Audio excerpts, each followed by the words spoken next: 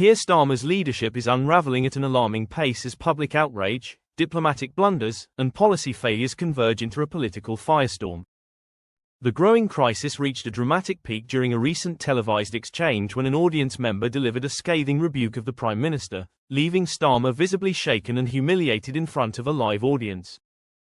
The moment, symbolic of a broader discontent, quickly became emblematic of his crumbling authority. The exchange started off calmly, but soon escalated as the audience member systematically dismantled Starmer's broken promises, policy reversals, and perceived betrayals. Unprepared for such an unfiltered and direct critique, the Prime Minister struggled to respond, his face visibly paling as he grasped for words.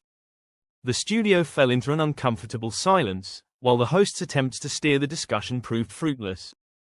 Within moments, clips of the incident flooded social media, striking a chord with millions who shared the same frustrations. The humiliation, however, was only a precursor to an even more disastrous day in Parliament. Upon entering the House of Commons, Starmer had anticipated commendation for his diplomatic efforts in Ukraine. Instead, he faced an onslaught of criticism, not just from opposition MPs but also from within his own party. His assertions of leading a coalition of the willing for Ukraine were met with skepticism and outright scorn, as European leaders publicly refuted his claims. The muted response from Labour MPs further underscored the growing rift within his party, highlighting the deepening fractures in his leadership.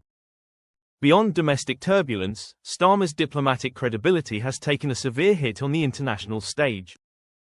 His much-publicized Ukraine peace initiative has collapsed, with key European allies such as France, Germany, and Italy distancing themselves from his proposals. His claims of international leadership now lie in ruins. Simultaneously, his attempts to broker a trade deal with the United States have backfired spectacularly. Despite receiving superficial praise from Donald Trump, Vice President J.D. Vance has openly criticized the UK's policies, particularly on free speech, further eroding Starmer's standing in global diplomacy. Back home, his policies are driving a wedge between Labour and its core supporters. His hardline stance on Palestinian refugees has sparked outrage among human rights groups and even from within his own party, with critics accusing him of betraying Labour's long-held principles. The backlash intensified when Starmer publicly condemned a judge's ruling on Palestinian refugees, an unprecedented move that drew a sharp rebuke from the Chief Justice.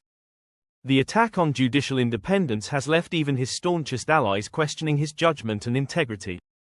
Meanwhile, Britain's farmers have risen in defiance against Starmer's government, mobilizing against policies they see as existential threats to their livelihoods. Plans for mass protests, including convoys of tractors heading to London, have evoked memories of the poll tax demonstrations that contributed to Margaret Thatcher's downfall. Reports suggest that rural Labour MPs are growing increasingly uneasy, with some considering stepping down rather than defending policies that could devastate their constituencies. The political fallout is now manifesting in a seismic shift in voter sentiment. Labour strongholds in the Northern Midlands, once unwavering in their support, are now drifting toward Reform UK. Polls indicate an unprecedented surge for the party, with lifelong Labour voters feeling abandoned by Starmer's leadership. Issues such as immigration, taxation, and crumbling public services have been cited as key factors in their defection, threatening to upend Labour's traditional dominance and reshape Britain's political landscape. Starmer's tenure as Prime Minister is in freefall, with crises mounting on all fronts. His inability to navigate both domestic and international challenges has left him increasingly isolated, within his party, among voters, and on the global stage. As his authority continues to crumble, the question is no longer whether he can survive in office, but how long Labour will endure his leadership before moving to replace him.